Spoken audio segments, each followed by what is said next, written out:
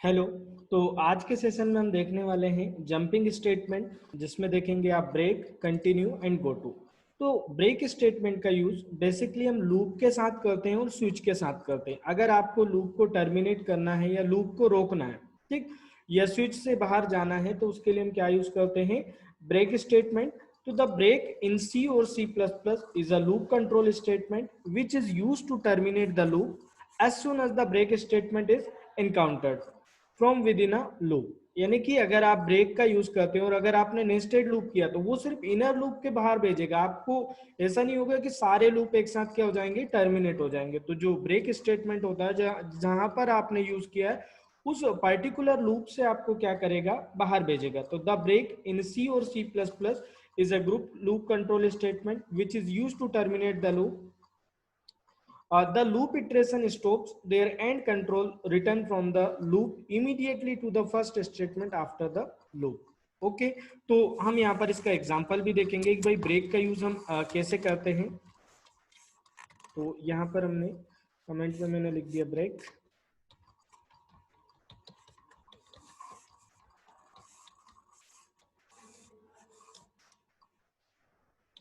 Void main, यहाँ पर आपने एक वेरिएबल डिक्लेयर किया आई। ठीक, कल एक क्वेश्चन था भाई, इस क्वेश्चन में थोड़ा सा मिसप्रिंट था, यहाँ पर वेरिएबल डिक्लेयर नहीं किया था ना। तो एक क्वेश्चन को आप थोड़ा सा देख लीजिए। तो यहाँ पर आपने फॉर लूप यूज किया, for i equal to 0, i less और equal to 10, then i plus plus, और यहाँ पर हम प्रिंट करवा देंगे किसको, या फिर आप ऐसा लिख सकते हैं कि भाई आपका लूप कब रुके, इफ आई इक्वल टू 5। भाई जैसे ही मेरी आई की वैल्यू क्या होगी, 5, तो मेरा लूप क्या हो जाना चाहिए, ब्रेक। ठीक, तो यहाँ पर अगर आप ब्रेक का यूज करते हैं तो ये जो ब्रेक हम ब्रेक करेगा तो ये लूप की जो बॉडी है इसके बाहर आपको डायरेक्टली भेज देगा। ओके, लूप का जो ब्रेक होता है उसका यूज लूप को रोकने के लिए करते हैं, प्रोग्राम को टर्मिनेट करने के लिए लूप का यूज नहीं करते। ये चीज आपको ध्यान रखना है। तो यहाँ पर इसके बाद हम प्रिंट करवाएंगे, प्रिंट एफ। भाई आउटपुट आपको टाइप करना व्हाट विल बी रिजल्ट। अगर मैं यहाँ पर आई को प्रिंट करवाता हूँ %d, और यहाँ पर हमने /t लगा दिया है ना, /t फॉर टैब। एक टैब के स्पेस के लिए आप क्या यूज करते हैं, /t, और यहाँ पर आपने आई की वैल्यू को क्या किया है, प्रिंट। कोई बताएगा व्हाट विल बी रिजल्ट? भाई जब मेरा ये प्रोग्राम रन होगा तो रन होने के बाद आउटपुट क्या आएगा, जल्दी से आप चैट बॉक्स में टाइप कीजिए।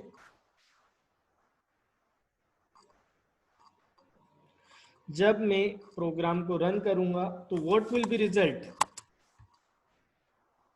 सानिध्य खंडेलवाल 112, ऋषि त्रिपाठी ओनली 5। भाई सभी को टाइप करना what will be result. Vaibhav Vishwakarma 1 to 10। वैभव तुमने एक डाउट भी पूछा था कल कि सर आफ्टर डेसिमल मुझे 2 डिजिट ही अगर प्रिंट करना है तो वो हम कैसे करेंगे, राइट? यही था ना आपका डाउट, वैभव विश्वकर्मा। अमन पाठक, आपका आउटपुट आ रहा है 1 2 3 4 5। कुछ लोग 0 1 2 3 4 5 बोल रहे हैं, कुछ लोग बोल रहे हैं 0 1 2 3 4 5 6 7 8 9। ऋतिक मिश्रा 0 to 9। देखिए भाई आपका लूप स्टार्ट 0 से हुआ है, 1 से नहीं हुआ है, तो ऑब्वियसली 0 आपका प्रिंट होगा।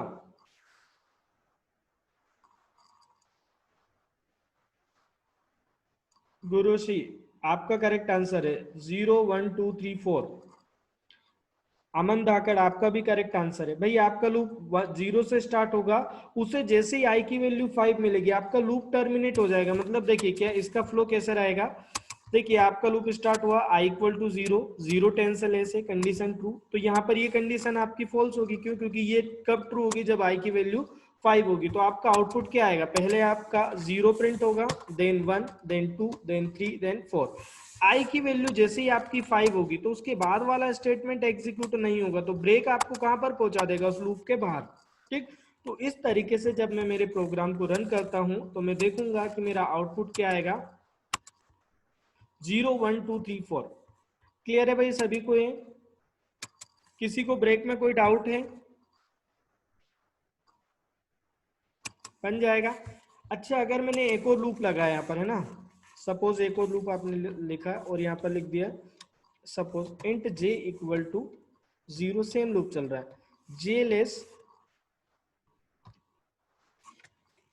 और equal to 10 10 j plus plus, ठीक। और यहाँ पर ये जे जो लूप है इसमें भी मैंने क्या लिख दिया, प्रिंट एफ, और यहाँ पर आपने लिखा है स्लैश एन।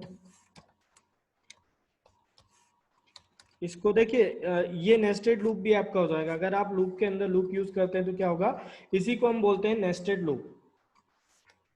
इसे हम बोल देंगे इनर लूप, ठीक। और यहाँ पर उसकी वैल्यू प्रिंट करवा देंगे %d आई, ठीक। और यहाँ पर इस लूप के अंदर ये आपने क्या किया है, ब्रेक किया है। मतलब अगर मैं यहाँ पर आई की वैल्यू आपको क्या मिलेगी 5, तो आप डायरेक्टली कहाँ जाएंगे, आउटर लूप के बाहर।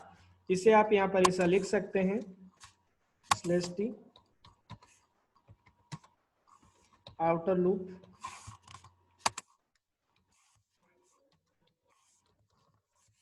तो इसके बाद हम इसे कंपाइल करेंगे पहले, सॉरी,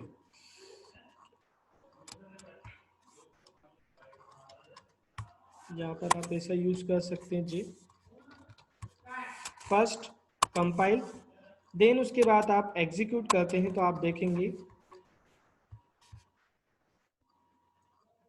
आउटर लूप तो आपका 10 टाइम क्या हो रहा है, एग्जीक्यूट। लेकिन आप देखेंगे जो आपका इनर लूप है, यहाँ पर आप देख रहे हैं इनर लूप 5 और आउटर लूप। तो इस तरीके से आप नेस्टेड लूप का यूज कर सकते हैं, या फिर आप ऐसा भी कर सकते हैं। देखिए भाई, बहुत ज्यादा लेंदी नहीं बनाते, इसको मैंने लिखा आई इक्वल टू 2, आई लेस 3, और यहाँ पर मैंने क्या लिख दिया, जे लेस 3। यहाँ पर आप ऐसे भी लगा सकते हो कंडीशन कि भाई i equal to 2 and, sorry and के लिए हम यहाँ पर यूज करेंगे जे इक्वल 2। तो क्या होगा, यहाँ पर आप इसको इस कंडीशन के बाद प्रिंट करवा लेंगे। तो आप देखेंगे कि जैसे ही आई की वैल्यू 2 होगी और जे की वैल्यू 2 होगी तो आप इस इनर लूप से बाहर आ जाएंगे। किससे बाहर आ जाएंगे, इनर लूप से। लेकिन आप आउटर लूप आपका टर्मिनेट नहीं होगा, क्यों, क्योंकि आपने ब्रेक किसको किया है, इनर लूप को। ओके, जो हम लूप यूज कर रहे हैं, लूप इनसाइड अनदर लूप, उसे क्या बोला जाता है, नेस्टेड लूप। क्लियर है भाई यहाँ तक। आउटर लूप आपका जितना टाइम एग्जीक्यूट, लेकिन इनर लूप आपका वन टाइम में क्या होगा, एग्जीक्यूट होगा ना, 0 और 1। जैसे यहाँ पर आई और जे की वैल्यू इक्वल हो जाएगी तो आपका जो इनर लूप है वो टर्मिनेट हो जाएगा। लेकिन आउटर लूप आपका प्रॉपर जो आई की वैल्यू है 0, 1 और 2, वो क्या होगा, एग्जीक्यूट। क्लियर है भाई यहाँ तक, किसी को कोई डाउट इसमें। देखिए भाई, Vaibhav Vishwakarma sir, can we declare the data type of variable in for loop. C language जो होती है आपकी, टॉप टू बॉटम, हम टॉप टू डाउन आपका क्या करता है, वर्क करता है। तो यहाँ पर क्या होता है कि जनरली जो लोकल वेरिएबल होते हैं, जो हम कंपाइलर यूज करते हैं, ऑनलाइन में आपका चल जाएगा, लेकिन जो आप लोकल कंपाइलर यूज करते हैं आपके मशीन पर, वो आपका क्या होता है कि आपको परमिशन नहीं देता है कि आपको उससे उसके अंदर वेरिएबल को क्या करें, डिक्लेयर करें। समझ में आ रहा है यहाँ तक। तो यहाँ पर इसलिए मैंने स्टार्टिंग में ही बताया था प्रोग्राम का स्ट्रक्चर। सी लैंग्वेज में अगर हम कोई फंक्शन वेरिएबल डिक्लेयर कर रहे हैं और वो वेरिएबल लोकल वेरिएबल है, तो ऑब्वियसली आप उसे उस फंक्शन के टॉप ऑफ द ब्लॉक में क्या करें, डिक्लेयर करें। आगे बढ़े भाई, इसमें किसी को कोई डाउट। तो ये था हमारा ब्रेक का यूज। आई होप इसमें किसी को कोई डाउट नहीं होना चाहिए। नेक्स्ट हम देखेंगे, देखिए basically break statement are used in the situations when we are not sure about the actual number of iteration for the loop और we want to terminate the loop based on some condition. देखिए भाई, जैसा कि एक question है मेरे पास, मैं बता दे रहा हूं आपको कि ब्रेक का यूज आप इस तरीके से भी कर सकते हैं। ठीक, हमने यहाँ पर एक वेरिएबल डिक्लेयर किया है इंट आई, और इसको मैंने 0 से इनिशियलाइज कर दिया। ठीक, मैं यहाँ पर फॉर लूप यूज कर रहा हूँ, सेमीकोलन सेमीकोलन। ठीक, और यहाँ पर मैंने किसको प्रिंट करवा दिया है, प्रिंट एफ। कोई बताएगा व्हाट विल बी रिजल्ट, अगर मैं यहाँ पर आई की वैल्यू क्या करता हूँ, प्रिंट करता हूँ, तो क्या रिजल्ट आएगा मेरे सामने। स्लैश एन आप यूज कर लीजिए। कोई बता सकता है भाई what will be result? Aman Dhakad infinite, good. बाकी और लोग व्हाट विल बी रिजल्ट? हाँ, जब आप इसे रन करेंगे तो आप देखेंगे कि हमारा जो प्रोग्राम है वो लूप है वो कब तक एग्जीक्यूट होगा? Infinite time. ऐसा क्यों? क्योंकि अगर आप कंडीशन नहीं देते हो इनिशियलाइजेशन, तो ऑब्वियसली आपका क्या आ रहा है? इनिशियलाइजेशन तो आपका ऑब्वियसली किससे? जीरो से। कंडीशन कुछ नहीं दी, इसका मतलब क्या हो गया? ट्रू। तो इनफाइनाइट टाइम क्या करेगा? वो जीरो को प्रिंट करेगा। क्या करेगा? इनफाइनाइट टाइम जीरो को प्रिंट। अच्छा, यहाँ पर अगर मैं ऐसा लिख देता हूँ आई प्लस प्लस, आउटपुट पे कोई इफेक्ट होगा क्या? हमारा लूप अब इनफाइनाइट टाइम एग्जीक्यूट नहीं होगा?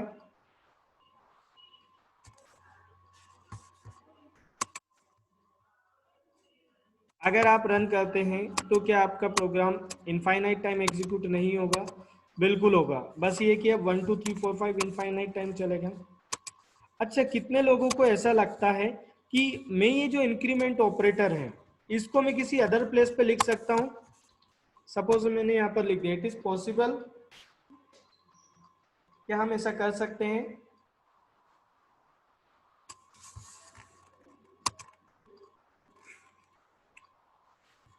प्रिया यस सर, और प्रिया देन सर्वज्ञ Jain no, Sanidhya Khandelwal possible, Vikram no sir.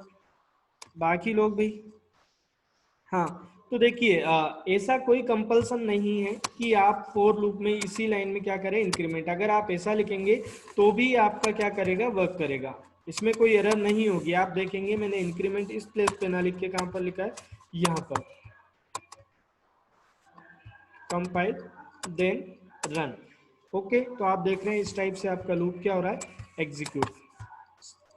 नहीं समझ में आ रहा है यहाँ तक सभी को? ठीक। अब मैं चाहता हूं कि ये इनफाइनाइट लूप रुक जाए। इस इनफाइनाइट लूप को मुझे क्या करना है? रोकना। तो मैं चाहता हूं भाई, जैसे ही मुझे नहीं पता मेरा लूप कब तक चलने वाला, तो आप यहाँ पर लिख सकते हैं आई इक्वल टू 7। जैसे ही आई की वैल्यू 7 होगी तो आपका जो इनफाइनाइट लूप होगा वो ब्रेक हो जाएगा। अगर आपसे इंटरव्यू में पूछा जाए क्या हम प्रोग्रामिंग के थ्रू इनफाइनाइट लूप को रोक सकते हैं, तो आपका आंसर होगा यस। तो कैसे लोग रोकेंगे? By using break statement. Clear है भाई यहाँ तक? सानिध्य खंडवाल, आपने जो लिखा है i इक्वल टू 0 बिल्कुल वर्क करेगा, लेकिन इसमें क्या होगा कि आपकी कंडीशन चेक नहीं होगी। हर बार कंडीशन, अगर आप प्लेसेस चेंज करते हो जहां पर आपको इंक्रीमेंट करना चाहिए वहां आप कंडीशन दे रहे हो, कंडीशन के प्लेस पे आप इंक्रीमेंट कर रहे हो, तो हर बार जो होगा वो इंक्रीमेंट ही होगा। इस तरीके से भी आपका लूप इनफाइनाइट टाइम क्या होगा? एग्जीक्यूट। अगर मैं इस वाली लाइन को यहाँ पर ऐसा लिखता हूँ, ठीक, अगर आप इसका प्लेस चेंज करते हैं, सपोज आपने लिखा 4, ठीक है ना, i इक्वल टू 1, और यहां पर मैंने लिख दिया i plus plus then i less 10। Okay, तो इनका क्वेश्चन है कि सर ये वर्क करेगा? बिल्कुल वर्क करेगा, लेकिन इसमें भी आपका लूप, अगर मैं ब्रेक वाली कंडीशन हटा देता हूं तो इसमें भी आपका लूप इनफाइनाइट टाइम क्या होगा? एग्जीक्यूट। ओके, क्लियर है भाई सानिध्य?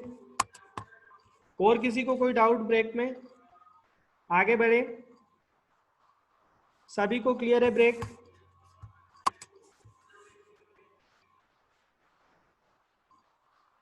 ओके, देन इसके बाद हम देखेंगे कंटिन्यू स्टेटमेंट, ठीक है ना। तो ब्रेक का सिंटैक्स भी है। कंटिन्यू क्या करता है? Continue is also a loop control statement just like the break. Break की तरह कंटिन्यू भी क्या करता है, लेकिन ये क्या करता है? करंट इटरेशन को छोड़कर वापस लूप को अगेन क्या कर देता है?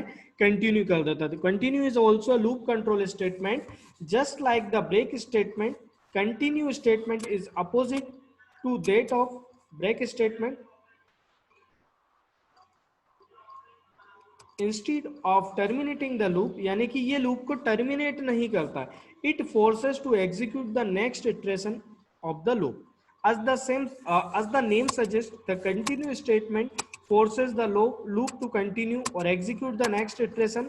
When the continue statement is executed in the loop, the code inside the loop following the continue statement will be skipped and next iteration of the loop will begin. देखिए इसका example भी हम देख लेते हैं।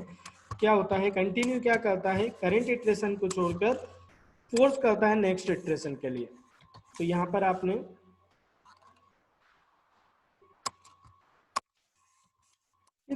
एक लूप आप use कर रहे हैं इन type for i equal to 1, i less 10, then i plus plus. और यहाँ पर मैंने प्रिंट करवा दिया किसको, print F slash N percentage D और कॉमा करके आपने आई को क्या किया, प्रिंट। अब मैं चाहता हूँ कि भाई जैसे ही मुझे आई की वैल्यू क्या मिले 5, 5 को क्या कर देगा स्किप, आई इक्वल टू 5। तो क्या करेगा ये जैसे ही कंडीशन ट्रू होगी तो मैंने यहाँ पर क्या यूज किया है, कंटिन्यू।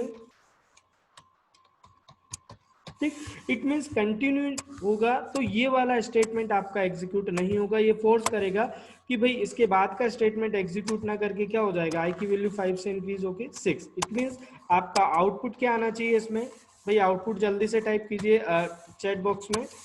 अगर मैं इस कोड को रन करता हूं तो व्हाट विल बी आउटपुट, देख लीजिए कोड एक बार, और आपको क्या करना है उसका आउटपुट यहाँ पर शो करना है। क्या आउटपुट आएगा, वैभव विश्वकर्मा 5, वैभव बोल रहे हैं कि आउटपुट आएगा 5। बाकी लोग भाई जल्दी से ट्राई कीजिए, सिंपल सा है। Aniket Jain correct answer, Vikram Kumar correct answer,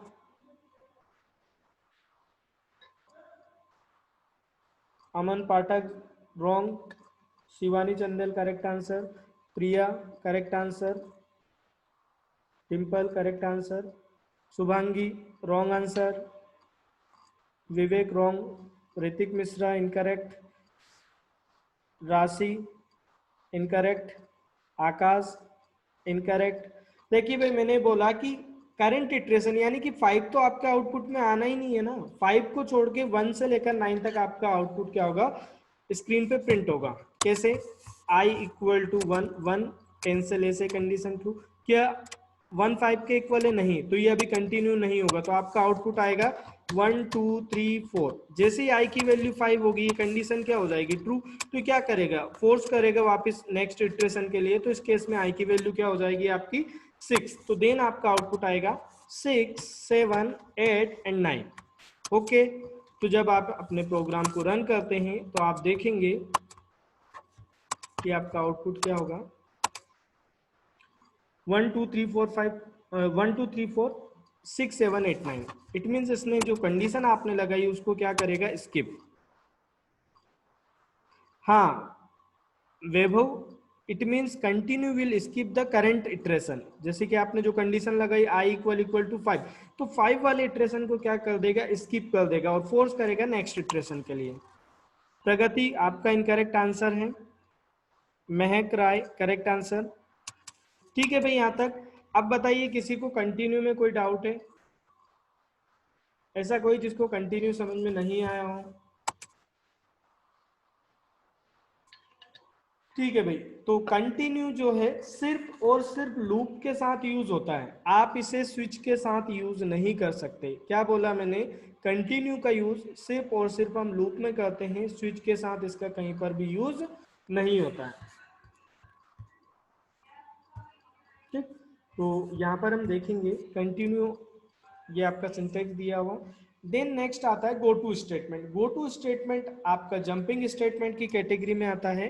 ठीक, आप एक फंक्शन के अंदर विद इन फंक्शन आप पूरे प्रोग्राम में, यानी कि एक फंक्शन के अंदर आप कहीं पर भी क्या कर सकते हैं, जंप कर सकते हैं। This is possible by go to statement. तो the go to statement is a jump statement which is sometimes also referred to as unconditional jumping statement.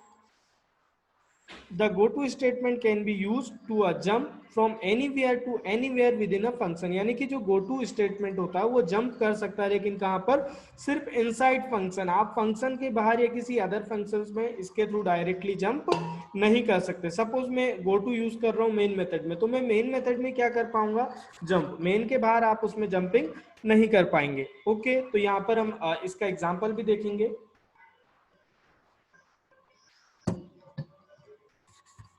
Example go to है ना, तो यहाँ पर हमें क्या करना है, यूजर से उसकी एज इनपुट लेना है और चेक करवाना है कि वोटिंग के लिए एलिजिबल है या नहीं। अब मैं चाहता हूँ भाई यूजर जब तक करेक्ट एज इंटर नहीं कर दे तब तक वो हर बार क्या करे, एक ही मैसेज दे, please enter your age, please enter your age. ठीक, तो यहाँ पर आपने देखिए गो टू में दो चीज यूज होती है, एक होता है लेबल।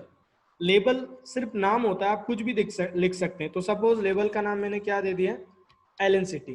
क्या नाम दिया मैंने लेबल का, एलन सिटी।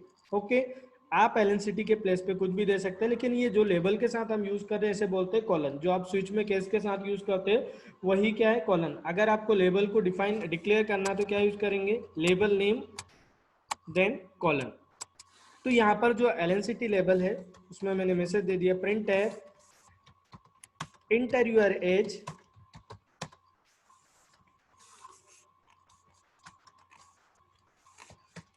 तो भाई एज इंटीजर टाइप का वेरिएबल है। कोई बताएगा इंटीजर टाइप की वैल्यू को इनपुट लेने के लिए क्या लिखेंगे, percentage D then address of age. Okay, अब हम यहाँ पर कंडीशन लिखेंगे। क्या कंडीशन लिखेंगे, इफ भाई एज अगर मैं 18 से लेस इंटर करता हूं तो मेरा कंट्रोल कहां पर चला जाए, गो टू एलएनसीटी। एलएनसीटी क्या है, लेबल है जहां पर आपने उसको डिफाइन किया है कि भाई जब जब ये कंडीशन ट्रू होगी हर बार वो कहां पर भेज देगा, यहाँ पर। तो क्या होगा, अगेन मैसेज आएगा इंटर यूर एज, वापस आपने 18 से लेस वैल्यू इंटर की तो वापस वहां पर भेज देगा और क्या मैसेज देगा, इंटर यूर एज। अगर आप करेक्ट वैल्यू इंटर करते हो तो एल्स में आप क्या दे दोगे, print F eligible for voting. Okay, क्या मैसेज देंगे, एलिजिबल फॉर वोटिंग। ठीक, इतना करने के बाद हम पहले प्रोग्राम को कंपाइल करेंगे। कंपाइल करने के बाद आप प्रोग्राम को रन करते हैं तो आप देखेंगे आपके सामने क्या मैसेज आ रहा है, इंटर यूर एज। सपोज मैंने इंटर किया 6 18 से ले से वापस जंप करेगा एलएनसीटी लेवल पर, क्या मैसेज आएगा, इंटर यूर एज। सपोज मैंने इंटर किया 8, अगेन कंडीशन आपकी क्या हो जाएगी वहां पर, ट्रू। तो कब तक जंप करेगा, जब तक आप करेक्ट वैल्यू क्या नहीं कर देते हो, इंसर्ट। और करेक्ट वैल्यू क्या होगी, ग्रेटर और इक्वल 18। ओके, सपोज मैंने यहाँ इंटर किया 23 तो आप देखेंगे क्या मैसेज आ रहा है, eligible for voting. I hope you aware with go to statement. भाई किसी को कोई डाउट है, गो टू स्टेटमेंट का एक ही रेस्ट्रिक्शन है कि आप with in function he use कर सकते हैं, फंक्शन के बाहर आप उसे कहीं पर भी यूज नहीं कर सकते।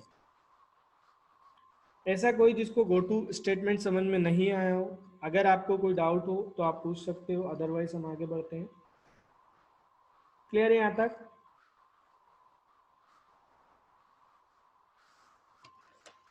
आगे बढ़े।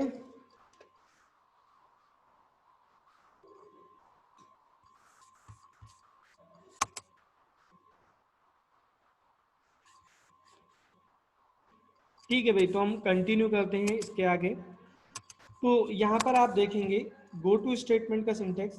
अब कुछ इंटरव्यू के क्वेश्चंस भी हम इसमें डिस्कस करेंगे कि भाई what is difference between while loop and do while loop.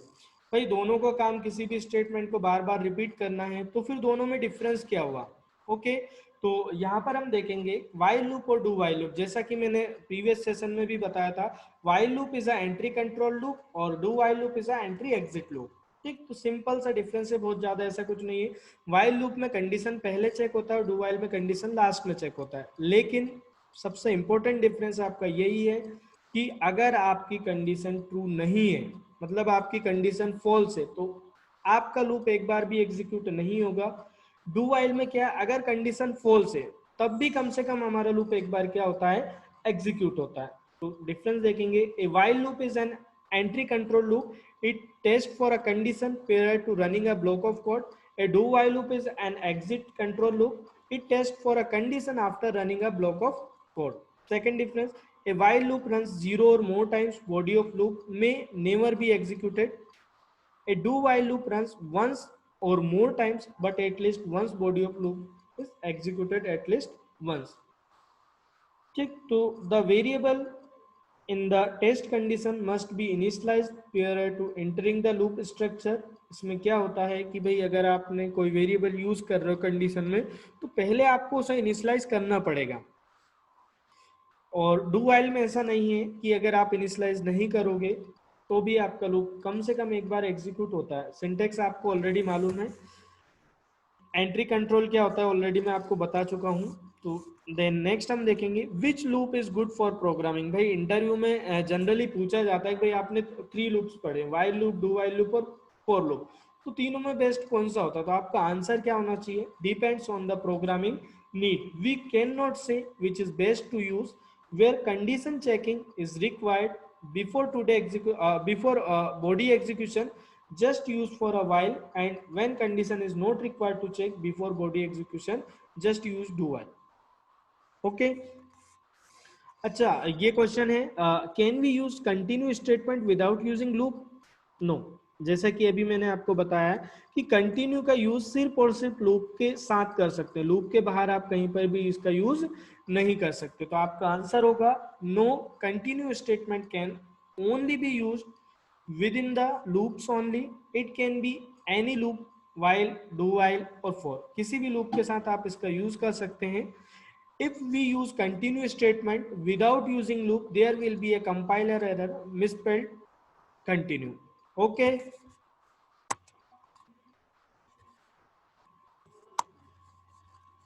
भाई बेस्ट लूप कोई सा नहीं होता है सानिध्य, मैं आपको बता रहा हूँ, डिपेंड्स करता है सिचुएशन पे।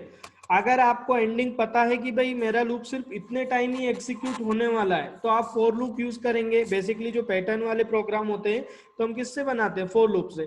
अब सपोज मैं डेटाबेस से डेटा फेच कर रहा हूँ, अब मुझे नहीं पता डेटाबेस से कितना डेटा आने वाला, आपको एंडिंग नहीं मालूम, तो आप कौन सा यूज करेंगे? While loop. अब मैं चाहता हूं भाई कंडीशन फॉल्स हो तब भी मेरा लूप कम से कम एक बार तो एग्जीक्यूट हो, तो उसके लिए आप क्या यूज करेंगे? Do while. तो बेस्ट कोई सा नहीं है, वो डिपेंड्स करता है सिचुएशन के ऊपर कि भाई अगर आप रिट्रीवल ऑपरेशन परफॉर्म कर रहे हैं तो मैं आपको सजेस्ट करूंगा कि आप व्हाइल लूप यूज करें। अगर आप जैसे कि पैटर्न वाले प्रोग्राम बना रहे तो मैं आपको सजेस्ट करूंगा कि आप फॉर लूप यूज करें। मैं ऐसा नहीं बोल रहा हूँ कि आप वो काम जो फोर से कर रहे हो व्हाइल से नहीं कर सकते, बिल्कुल कर सकते हो, लेकिन थोड़ा सा वो क्या हो जाएगा? कॉम्प्लेक्स। ओके, क्लियर है भाई? यहां तक तीनों में बेस्ट कोई सा नहीं होता है, डिपेंड्स करता है सिचुएशन के ऊपर। और किसी को कोई डाउट भाई इसमें? दीपक, सानिध्य, शिवम, क्लियर हुआ आपका और डाउट? आगे बढ़े।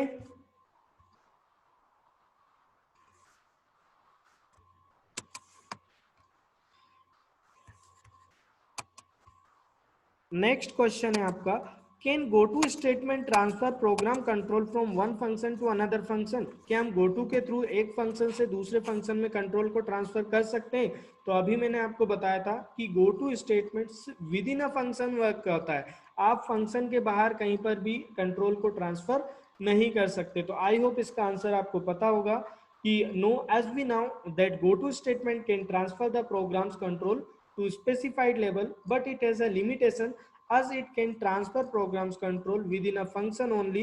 Outside the function, control cannot be transferred by go to statement.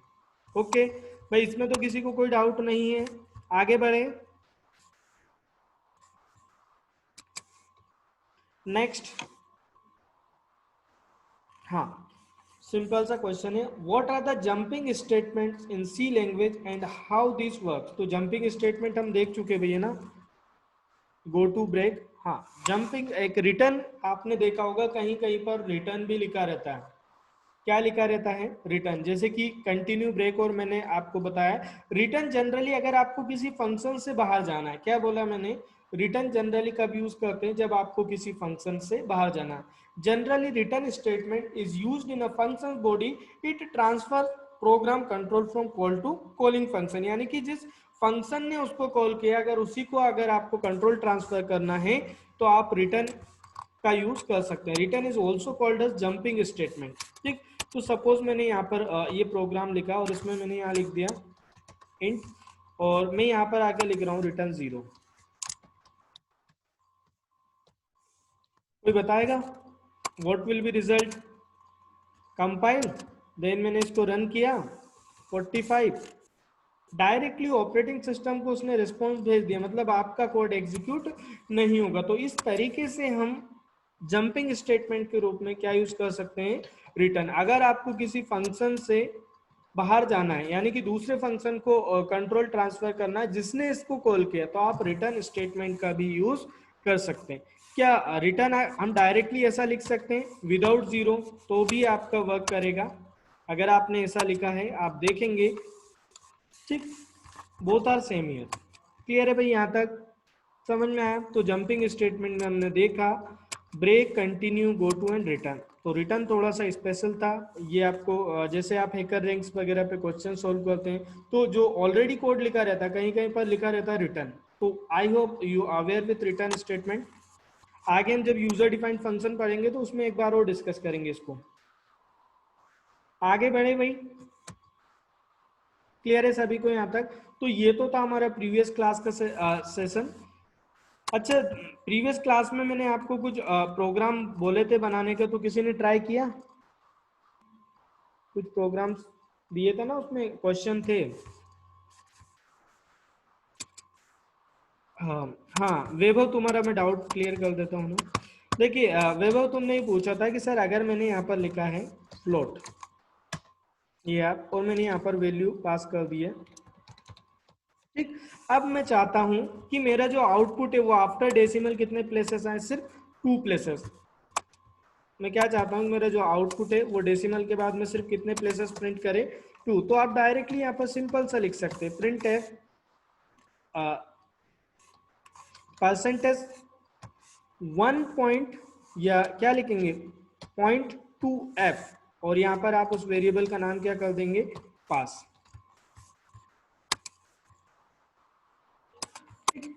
तो आप देखेंगे इसको कंपाइल करेंगे फर्स्ट, देन हम रन करेंगे, तो आप देखेंगे आपका आउटपुट क्या आ रहा है? 3.56।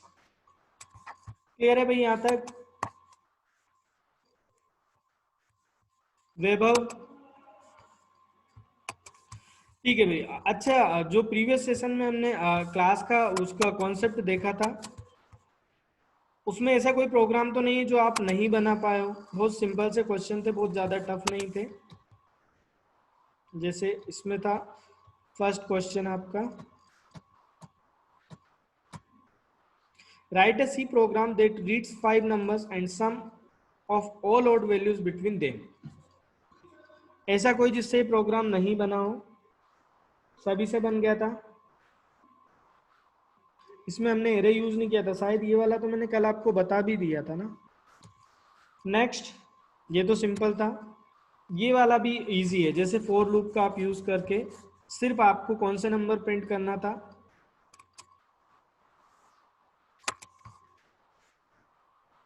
Even number. ओके, तो ये तो था हमारा प्रीवियस सेशन। इसके बाद आज हम स्टार्ट करेंगे एरे, ठीक। तो एरे क्या होता है? देखिए भाई, अब मैं बोलता हूं कि मुझे क्या करना है, 100 लोगों के रोल नंबर स्टोर करना है। कितने लोगों के रोल नंबर स्टोर करना? I want to store roll number of 100 students. तो मुझे क्या करना पड़ेगा? 100 वेरिएबल बनाना पड़ेगा। कितने वेरिएबल क्रिएट करेंगे आप? 100। तो देखिए भाई, मेमोरी आपका उतना ही लेगा एरे भी, लेकिन फायदा ये होगा कि एक ही वेरिएबल में आप 100 वैल्यू क्या कर सकते हैं? स्टोर कर सकते हो। Sir if we want to store more then 1 values then we should go for array. भाई अगर मैं चाहता हूं कि एरे में एक से ज्यादा वैल्यू स्टोर हो, या एक से ज्यादा, जैसे हमने एक वेरिएबल बनाया सिंपल सा, मैं यहाँ पर ये फ्लोट ही ले लेता हूँ। कोई बताएगा इस ए आर वेरिएबल में कितनी वैल्यू स्टोर कर सकते हो आप? ओनली 1। अगर आपने यहाँ लिख दिया A R equal to 45 point this one, तो ये वैल्यू जो ओल्ड वैल्यू होगी उसको क्या कर देगा? रिप्लेस। क्यों? क्योंकि मेमोरी एक ही है, और उस मेमोरी पे कोई एक ही वैल्यू क्या हो सकती है? स्टोर। एक से ज्यादा वैल्यू आप उसमें स्टोर नहीं कर सकते। तो आप देखेंगे कि पुरानी वैल्यू को क्या कर देगा? रिप्लेस। मैं चाहता हूं कि एक ही वेरिएबल में एक से ज्यादा वैल्यू स्टोर हो, तो उसके लिए आपको क्या करना पड़ेगा? Use array. समझ में आया? तो an array is a collection of similar data type value in a single variable. It is drive data type. देखिए भाई, डेटा टाइप्स आपने जनरली दो डेटा टाइप पढ़ा होगा। एक होता है आपका बिल्ट इन डेटा टाइप या प्री डिफाइंड डेटा टाइप, और दूसरा होता है यूजर डिफाइंड डेटा टाइप। एक और डेटा टाइप भी होती है जिसे हम बोलते हैं डिराइव डेटा टाइप। आगे हम डेटा स्ट्रक्चर देखेंगे तो उसमें उसको बोला जाता है एब्स्ट्रैक्ट डेटा टाइप, कि भाई जो डेटा टाइप पहले से बनी हुई उसका यूज करके अगर हम कोई अलग दूसरी डेटा टाइप क्रिएट करते हैं तो उसे क्या बोला जाता है? Derive data type. Array, pointer, ये सारा आपका इसी की कैटेगरी में आता है। ओके, तो an array is a collection of similar data type value in a single variable. It is drive data type in C which is constructed from fundamental data type of C language. An array is a collection of identical data objects which are stored in consecutive memory location under a common heading or a variable name. यानी कि एक ही variable में आप एक से ज्यादा value store कर पाएंगे और जो इंटरनली मेमोरी एलोकेट होगी वो मेमोरी एलोकेशन कैसा रहेगा आपका, कंटिन्यू. फॉर एग्जाम्पल यहाँ पर देखिए ये मैंने एक एरे डिक्लेयर किया है. एरे का नाम आपका हो जाएगा जो भी हम देंगे. इसमें तीन चीजें यूज होती है. एक इंडेक्स होता है, एक एरे की लेंथ होती है, और जो वैल्यूज हम एरे में असाइन करते हैं उसे क्या बोला जाता है, एलिमेंट. ओके, तो यहाँ पर an array is a group और ग्रुप और a table of values refer to by the same variable name. Arrays are set of values of the same type which having a single name followed by an index. The individual values in array are called elements. Array elements are also variables. समझ में आया? तो देखिए भाई यहाँ पर तीन चीजें बताई मैंने. एरे की लेंथ मतलब उसमें मैक्सिमम कितनी वैल्यू आप स्टोर कर सकते हो. तो जब हम एरे को डिक्लेयर करते हैं तब साइज बताते हैं. एरे का जो मेन कॉन्सेप्ट होता है वो तीन चीजों पर बेस्ड है. एक लेंथ या size of array, second index, और थर्ड आता है एलिमेंट. तो जो एरे से अगर आपको वैल्यू असाइन करना है या एरे से वन बाय वन वैल्यू को रिट्रीव करना है तो उसके लिए हम क्या यूज करते हैं, इंडेक्सेस. और जो इंडेक्स होता है एरे में वो इंटीजर नंबर होगा. ऐसा नहीं कि आप 0.0, 0.1, 0.2. समझ में आ रहा है? तो जो एरे का इंटीजर होगा हमेशा, जो इंडेक्स होगा हमेशा किस टाइप का होगा, इंटीजर टाइप का. और इंडेक्स हमेशा स्टार्ट कहां से करना है आपको, जीरो से. इन array index always start with an array. तो अब हम देखेंगे कि सर एरे को डिक्लेयर कैसे करते हैं. तो देखिए भाई एरे को डिक्लेयर करने के लिए मैं आपको सिंटेक्स बता दे रहा हूं. जैसे आप नॉर्मल वेरिएबल को डिक्लेयर कैसे करते हैं, वेरिएबल को अगर आप डिक्लेयर करते हैं तो आप लिखते हैं ना पहले data type followed by variable name. तो ऐसे ही एरे में भी आप क्या करेंगे, डेटा टाइप,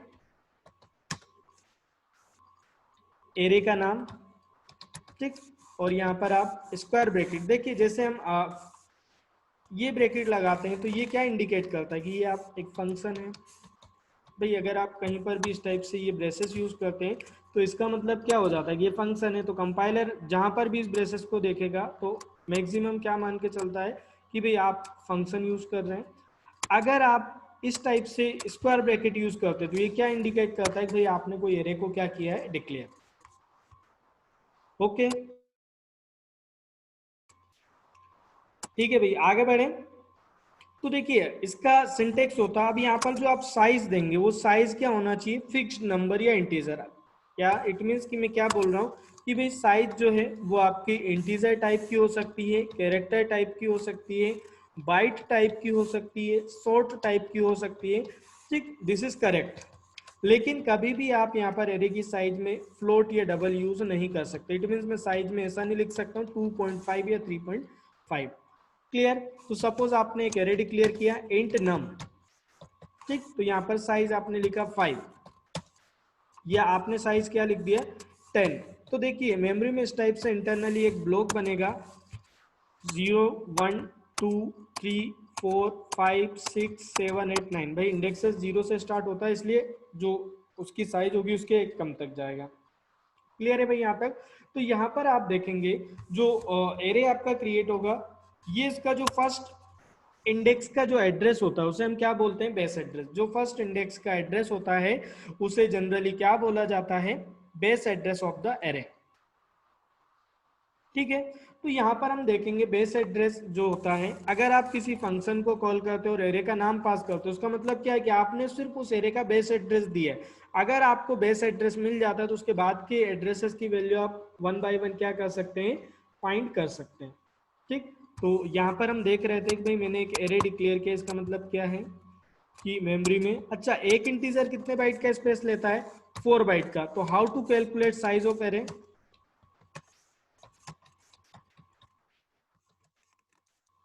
एरे की साइज कैसे कैलकुलेट करेंगे आप. ठीक, मैंने आपको एक साइज ऑफ ऑपरेटर बताया था, आप उसका भी यूज कर सकते हैं, या फिर आपको एक्सप्लिसिटली कैलकुलेट करना है तो यहाँ पर आप फॉर्मूला यूज करेंगे डेटा टाइप. जितने डेटा टाइप जैसे देखिए भाई सी प्लस प्लस में क्या होता है, किसी कंपाइलर में इंटीजर 2 बाइट लेता है, किसी कंपाइलर में इंटीजर 4 बाइट लेता है, वो डिपेंड्स करता है कंपाइलर पे. तो यहाँ पर डेटा टाइप की साइज उसके कंपाइलर के according multiply by size of array. जो आपने एरे की क्या दी है साइज। सपोज यहाँ पर मेरे सिस्टम में इंटीजर 4 बाइट लेता है, तो साइज कैलकुलेट होके क्या आएगा आपका 4 इंटू एरे की साइज कितनी है 10। ये 4 क्या है, इंटीजर जो डेटा टाइप है उनमें एक वेरिएबल के लिए कितना स्पेस लेगा 4 का, तो 10 के लिए कितना हो जाएगा 4 इंटू 10 दैट इज 40 बाइट। तो इस तरीके से आप साइज क्या कर सकते हैं, कैलकुलेट कर सकते हैं। समझ में आया। अब देखिए भाई, अगर आप एरे को डिक्लेयर कर रहे हैं, सपोज आपने यहाँ पर लिखा नम, अगर मैं यहाँ लिखता हूँ सिंगल कोट्स में ए, कोई बताएगा this is valid declaration of the array. ठीक, अगर वैलिड है तो यहाँ पर जो साइज होगी एरे की वो क्या हो जाएगी, या टोटल लेंथ ऑफ एरे क्या होगा, जल्दी बताइए भाई कमेंट बॉक्स में टाइप करके। अगर आपका ये वैलिड है तो what will be size of the, या what will be length of the array.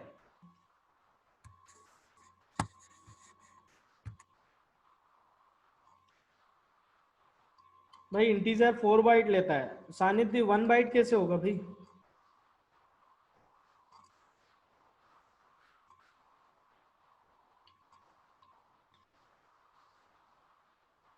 जल्दी कैलकुलेट कीजिए भाई। ज्योति प्रसाद 65।